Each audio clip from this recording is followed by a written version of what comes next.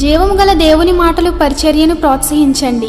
మీ ప్రోత్సాహాన్ని మరిన్ని వీడియోస్ కొరకు మన ఛానల్ని సబ్స్క్రైబ్ చేయడం ద్వారా తెలియపరచండి. లైక్ చేసి షేర్ చేయండి. ఈ సువార్త పనిలో మీరును పాలుభాగస్తులు కండి. జీవం గల దేవుడి మాటలు వింటున్న మీ అందరికీ వందనాలండి. జీవం గల దేవుడి మాటలు ఈరోజు మీతోని నాతోని ఏం మాట్లాడుతున్నారో ఇందామా మరి. ప్రియా దేవుడి సంఘస్థులారా, ఈరోజు వాక్యాంశము ఆయనకే మన చింతను వదిలివేయాలి. హల్లెలూయా. ప్రియా దేవుడి సంఘస్థులారా, మీరంతా బాగున్నారు కదా? దేవుడి కృప చూపించి మనకి మరొక నూతన రోజు అనుకరించారు. ఆయన మన గొప్ప చేయడానికి, ఆయన నామములో మనం అందరం ప్రకాశించడానికి మరో ఉదయకాలమే లేచి ప్రార్థనలు చేసుకున్నారా? బైబిల్ చదివారా? ఇంకా ప్రార్థన చేసుకోకపోతే తొందరగా ప్రార్థన చేసుకోండి. అనేకుల కొరకు ప్రార్థించండి. చాలామంది తాగుడికి బానిస అయిపోయి తాగుడు బానిస అయిపోయి వారి అవయవాలు డ్యామేజ్ అయ్యి హాస్పిటల్లో చికిత్స పొందుతున్న వారు ఎంతోమంది ఉన్నారు. అటు వారు అందరూ స్వస్థత పొందుకొని ప్రభు సాక్షిగా జీవించాలని వారి కోసం ప్రార్థించండి. ప్రతి ఒక్కరు ప్రయాణంలో దేవుడు కాపుదలు ఉండాలని, అలాగే తోడుగా ఉండాలని ప్రార్థన చేయండి. వారి పనిపాట్లలో దేవుడు తోడుగా ఉండాలని. అలాగే ఈ దినము జీవంగాల దేవుడి మాటలో ఏం మాట్లాడుతున్నారో మొదటి నుంచి చివరి వరకు విందాం. ఆ రీతిగా మన హృదయాలు సరి చేసుకుని ప్రభు రాకకే సిద్ధపడదాం. ఈరోజు వాక్య భాగము 1 పేతురు పత్రిక 5వ అధ్యాయం 7వ వచనం. మిమ్మల్ని గురించి ఆయన చింతిస్తున్నారు కాబట్టి మీ చింత యావత్తు ఆయన మీద వేయండి. ఆయన మీ గురించి చింతిస్తున్నారు కనుక మీ చింత యావత్తు ఆయన మీద వేయండి. హల్లెలూయా. ప్రియా దేవుడి సంఘస్థులారా, ఈ దినం పరిశుద్ధాత్మ ద్వారాగా ప్రభు మనకి ఇక్కడ తెలియజేసిన మాటలు ఏంటంటే, మన జీవితంలో ఎన్నో ప్రణాళికలు మనం అనుకుంటాం, కానీ దేవుడు అనుకున్న ప్రణాళికలు కూడా ఉంటాయి.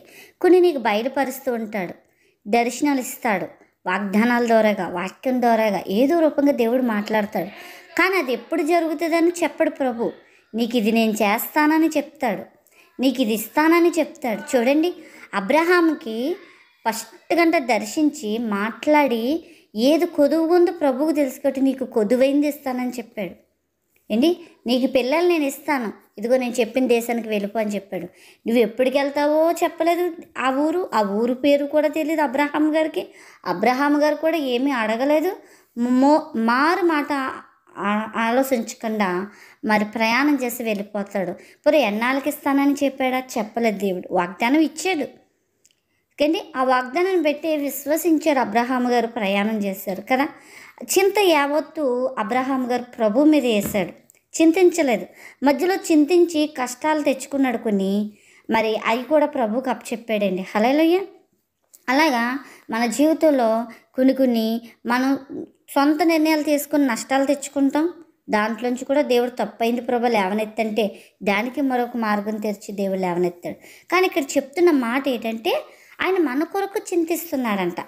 మన కొరకు చింతించినప్పుడు మన చింత యావత్తు ఆయన మీద వేయాలంటే అండి. హల్లెలూయా. మరి ఆయన మీద వేస్తున్నామో, అయ్యో మేము ఆయనకే చెప్పుకుంటున్నామండి అంటాం.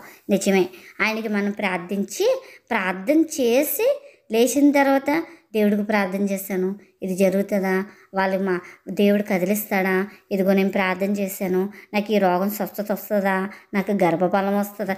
సందేశించిన వాడంట గాలితో రేపపోతాడంట, అంటే ఎగిరిపోతాడు. చూడండి, విశ్వసించాడు పేతురు. విశ్వాసంలో ఉన్నంతసేపు ప్రభువు వైపు నీటిలో నడిచాడు. ఎక్కడో గాలి శబ్దం, ఎక్కడో కొద్ది భయం ఉంది, ఆవగింజంతో లేదా చిన్నగా ఏదో భయం ఉంది పేతురులో. కాబట్టి ఎక్కడో గాలి శబ్దానికి ఆ నీటిలో ములుగు సాగిపోతున్నాను అడిగాడు. ములుగు సాగిపోతున్నాను నేను, ప్రభువా నన్ను రక్షించవని. అలాంటి సందేశాలు ఉండకూడదు మనలో. సంపూర్ణమైన విశ్వాసంతో ఆయన వైపు చూసేవారిగా ఉండాలి. హల్లెలూయా. అలా ప్రార్థన చేసి మన చింత యావత్తు ఆయన మీద పెట్టాలండి. అది రోగం అవని, అప్పులవని, ఇబ్బంది అవని, మరి ఒక తెగులు సమస్య అవని, లేకపోతే వివాహ సమస్య, ఏ కోణంలో నువ్వు అన్వేషించుకో. ఏ సమస్య అయినా సరే ఆయన మీద వెయ్యాలి. పిల్లల మాట వింటలేదా, ఇంకా కుటుంబంలో మార్పు చెందలేని వారు ఉన్నారా? చూడండి, ప్రార్థించండి, దేవుడు కార్యం చేస్తాడు. విశ్వసించండి, మీ చింత యావత్తు ఆయనకు అప్పచెప్పండి. చేయవలసిన పని ఏంటంటే విశ్వాసంతో ప్రార్థన చేయాలి. ప్రార్థన చేసి ఆయనకి ఆ సమస్య వదిలేయాలి. పట్టుదలతో ప్రార్థించు, సమస్య తీరేంత వరకు ప్రార్థించు, కానీ ప్రార్థన విడిచిపెట్టకు. కానీ దాని విషయంలో చింతించొద్దు. ఎందుకంటే ఎలా జరగాలో ప్రభువుకు తెలుసు. ప్రభా నీ చిత్తంలో నన్ను ఎప్పుడు హెచ్చిస్తావు, నీ చిత్తంలో నన్ను స్వస్థపరచు, నీ చిత్తానికే నా జీవితాన్ని అప్పచెప్తున్నాను. నువ్వు నన్ను స్వస్థపరచాలని ఉద్దేశించున్నావు, ఆ ఉద్దేశం ప్రకారంగా నన్ను స్వస్థపరిచయ్యా. ఇదిగో అప్పుల్లో నేను విడిచిపెట్టవు, నువ్వు నన్ను అప్పుల నుంచి లేవనెత్తుతావని నువ్వు ఒక ప్రణాళిక వేసించో, ఒక గడువు సిద్ధపరిచించో. ఆ గడువుల వరకు కూడా విశ్వాసంతో నేను కొనసాగేదానిగా నన్ను సిద్ధపరిచయ్యని ప్రార్థన చేస్తే మనం సాగిపోలేండి. అంతే తప్ప కలవరం పడకూడదు, మనం అవిశ్వాసంలో ఉండకూడదండి. విశ్వాసం వల్లనే దేవుడి కార్యాలు మన జీవితంలో చూడగలవండి. డాక్టర్ నీ వెడలు చేతులు ఎత్తేయచ్చు, కానీ దేవుడు చెయ్యి ఎత్తడు, చెయ్యి చాచి నిన్ను స్వస్థపరుస్తాడు. హల్లెలూయా. నీకు చుట్టుపక్కల నీ కుటుంబ సభ్యులు అందరూ కూడా నిన్ను దూషించవచ్చు, కానీ దేవుడు నిన్ను ఆయన నోటితో అమ్మా నా బిడ్డ నా కుమారుడా రా నా వద్దకని ఆయన 2 చేతులు చాచి ఎదురు చూస్తున్నాడు. నేను అందరూ తునీకరించవచ్చు, ఆయన నిన్ను అద్దుకుంటాడు. నువ్వెవ్వరికి పనికిరావు, కానీ ఆయన పనికొచ్చే పాత్రగా నిన్ను వాడుకుంటాడు. హల్లెలూయా. దేవుడు అంత గొప్పవాడండి. కాబట్టి వారేదో అన్నారని చింతించడం, వీరేదో అన్నారని కాదు, వారేమని ప్రభుకు అప్పచెప్పు. దావీదు గారు ప్రభు దగ్గర గొప్ప ప్రణాళిక నేర్చుకున్నాడండి. దావీదులాగా నాట్యాలు ఆడేసాం, దావీదు నాట్యం వేయలేదా అని చెప్తారు. నేను ఈ మాట చాలా వాక్యంలో దేవుడు పలికించాడండి. ఈ మాట నేను ఇప్పుడు కూడా చెప్తున్నానండి. దావీదు గారు నాట్యం ఆడేసామా అని చాలామంది చెప్తారు, కానీ నాట్యం కాదు, దావీదు గారు లాంటి భక్తి జీవితం నేర్చుకోవాలండి. అలాంటి భక్తి అనుభవంలోకి నడవాలి. దావీదు గారు ఒక వ్యక్తి తన కాళ్ళ దగ్గర బతకవలసిన వ్యక్తి, ఒక సిమ్మి అనే వ్యక్తి నోటు దూషణ చేస్తే కుంగిపోలేదు. నా ప్రభు విడుదల చేశాడేమో, ఆయనకి స్తోత్రం. సౌలు చంపాలని తరువినప్పుడు కూడా దేవుడు ఇచ్చాడేమో, దేవుడే తనకు అనుమతి ఇచ్చాడేమో అనుకున్నాడు. కానీ సౌలు ఒకరోజు దావీదు చేతికి చిక్కిన, నా దేవుడి ఎదుట ఈ దుష్టి కార్యం నేను చెయ్యను, నేను చంపాలని నాకు అవకాశం ఉన్నా నేను చంపను, నా దేవుడు నేను చూసుకుంటాడని బట్టలు చింపి పంపించాడండి. చూసారండి ఎంత గొప్ప భక్తుడో దావీదు గారు. ఇదేండి ఇలాంటివి నేర్చుకుందాం దావీదు గారి దగ్గర. అంటే దావీదు తప్పు చేశాడు, దావీదుని తప్పు చేస్తే క్షమించాడు, నేను తప్పు చేస్తే ఇలాంటి వంకర మార్గాలకు వెళ్ళకండి. మంచి 100 క్వాలిటీలు ఉన్నాయండి దావీదు గారికి. ఒక్క క్వాలిటీ పెట్టుకుని బండకేసి బాధివాళ్ళు కోకలుగా చాలామంది ఉన్నారు. ఆ ఒక్క క్వాలిటీ పక్క పెట్టండి, 100 క్వాలిటీలు ఉన్నాయి చూడండి. నెంబర్ 1 ఆ క్వాలిటీలు మనలో అన్వేషించుకోవాలండి. దేవుడి మార్గాలు మన మార్గాలు లాంటివి కాదండి. దేవుడి ఆలోచనలు మన ఆలోచనలు కాదు. మన ఆలోచనలు ఈ భూమి మీద, ఈ నేల మీద, లేదా గడప దాటి కూడా వెళ్ళవు మన ఆలోచనలు. కానీ దేవుడి ఆలోచనలు ఆకాశం కంటే ఎత్తైనవి అంటే అండి. హల్లెలూయా. మన పట్ల, మన భౌతికమైన తల్లిదండ్రులవే మన బిడ్డల పట్ల ఒక 25 సంవత్సరాల కోసమో, లేకపోతే ఒక 20 సంవత్సరాల వారి పిల్లలు ఎదిగి భవిష్యత్తు కోసం, చదువుల కోసం ఇంతగా ఆలోచిస్తాం. పరమ తండ్రి మన కొరకు ఎంత భవిష్యత్తు ఆలోచించాడండి. ఆ భవిష్యత్తు వర్తమానం తెలిసిన వాడండి ఆయన. తల్లి గర్భం మొదలుకొని మన ముగింపు దినం వరకు కూడా ఏం చేస్తామో ఆయనకి తెలుసండి. ఆయన అంతగా మన కొరకు ప్రణాళిక సిద్ధపరిచాడు. మధ్యలో నువ్వు నేను దుఃఖపడ్డం ఎవరు? నువ్వు నేను చింతిస్తే ఏం చేయగలని చెప్పు. ఆ చింత సమయం దొంగిలిస్తుంది, దుఃఖం సమయం దొంగిలిస్తుంది. ఆ సమయం సద్దినం చేసుకోవడానికి దేవుడు ఒక మాట చెప్తున్నాడు మనకి ఈ దినము. ఏంటంటే నీ చింత యావత్తు నా మీదే. ఆయన నీ కొరకు చింతిస్తున్నాడు కాబట్టి నీ చింత యావత్తు ఆయన మీద వెయ్యి. ఆయన ఈరోజు నిన్ను అడుగుతున్నాడు, నా కుమార్తె, నా కుమారుడా, నువ్వెందుకు అలా చింతిస్తున్నావు?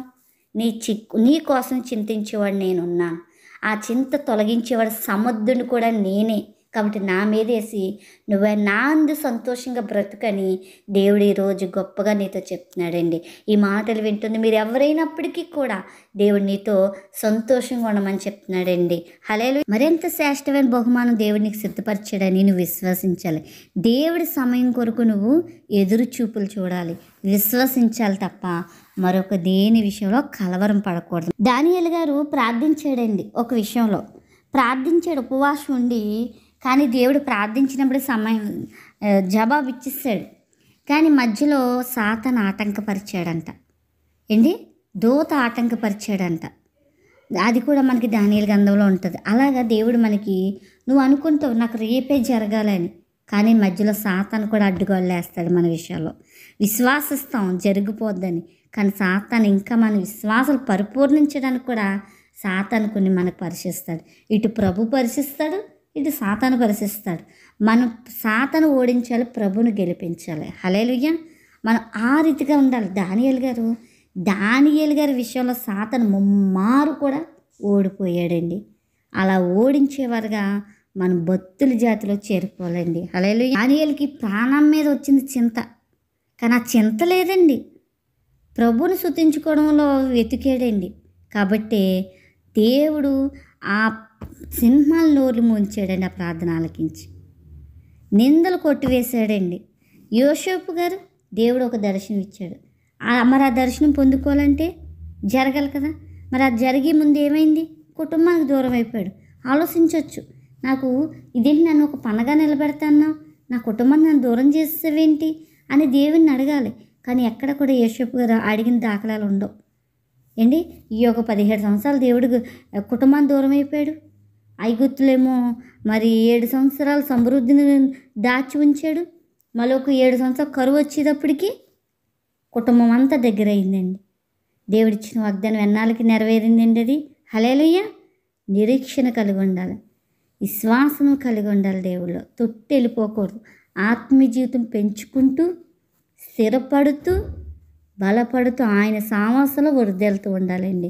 హల్లెలూయా. నువ్వు ప్రయత్నం చేసినప్పుడల్లా నీ జీవితంలో కార్యం చూడు. సపోజ్ నా జీవితంలో నేను చెప్పగలను, నేను అప్పుల కోసం చాలా చింతించేదాన్ని. ఈ నెల వడ్డీ ఇక్కడ కట్టాలి, అక్కడ కట్టాలి, ఇక్కడ కట్టాలి, తిక్కలో మనం ఏమంటారు తిక్కమాల పడిపోయేదాన్ని. నెల వస్తే ఒక్క క్షణం కూడా సంతోషం ఉండేది కదండి నాకు. నేను చెప్తున్నాండి, వడ్డీలు కట్టలేక వచ్చిన జీతం నా వడ్డీలకే సరిపోక చాలా ఇబ్బందులు పడేదాన్ని. నేను మోసనని చెప్పు, కానీ ఒకరోజు ఒక దైవ సేవకుడు వాక్యం వింటూ నేను బలపడి పట్టుదలతో ప్రార్థించానండి. ప్రభువా, నువ్వు నాతో మాట్లాడు, నువ్వేం చేస్తావు నాది తెలదు, నాకు ఈ సంవత్సరం నూతన వాగ్దానంతో ఎప్పుడు కొట్టివేయాలి, అప్పులు కాడి సులువుగా పోవాలి అని ఇలాగే ప్రార్థించానండి పట్టుదలతో. దేవుడు వాగ్దానం ఇచ్చాడు. మనుషులు నోరులో సింహాల నోట్లోంచి దానియేలు విడిపించినట్టుగా నేను మనుషుల నోట్లోంచి విడిపిస్తానని దేవుడు మాట్లాడాడండి. అదే మాట మరొక దైవ సేవక ద్వారాగా మాట్లాడాడు. అదే మా వాగ్దానం జనవరిలో వచ్చింది. ఆ జనవరిలోనే దేవుడు మళ్ళీ మాట్లాడాడు, నీ యజమానుల ద్వారాగా అప్పులు కొట్టివేస్తాను. దేవుడికి అప్పచెప్పి నేను ప్రశాంతంగా ఉన్నాను. దేవుడు ఈరోజు నాకు అప్పులు లేకుండా ప్రశాంతం సంతోషం అనేక వరకు ఇచ్చేవారుగా నన్ను దీవించి సిద్ధపరిచాడండి. హల్లెలూయా. నా చింత యావత్తానికి అప్పచెప్పేసాను. నా బిడ్డ జీవితం, నా మనవల జీవితం నేను అట్టుకొని వెళ్ళినప్పుడు కూడా నా కూతురు బలహీనరాలు అయిపోయింది. మీ అందరికీ చెప్పాను, నా కూతురు ఒక 4 సంవత్సరాల కింద 4 అవుతుంది, 3 సంవత్సరాల్లో ఉందండి. మా మనవరాలు పుట్టింది, బాలింతరాలు. నా కూతురు 24 hours నొప్పి వచ్చింది, బతకరన్నారు. ఎందుకంటే బాలింతరాలు కాబట్టి. దేవుడిని అడిగాను, ఆ కూతుర్ని ఎందుకు ఇచ్చావు, నువ్వు ఇచ్చినవాడు నువ్వు బ్రతికించి నీ పరిచయం వాడుకో, లేకపోతే నన్ను తీసేసుకొని ప్రార్థించుకుంటూ అలా ఉండిపోయానండి. దేవుడు గొప్పగా నా కూతురుని బ్రతికించుకొని ఆయన పరిచయలో వాడుకుంటున్నాడండి. ఏంటి అలాంటి చింత కూడా ఆయన మీద పెట్టేసుకుంటే దేవుడే ముందు నడిపిస్తాడండి. కాబట్టి మన చింత యావత్తు ఆయనకు అప్పచెప్పి ఆయనలో మనం సాగిపోదాం. ఆ రీతిగా మన హృదయాలు సిద్ధపరచుకుందాం. అటు కృపాదనిత ప్రభు మనందరికీ దినము అనుగ్రహించునుగాక. ఆమేన్.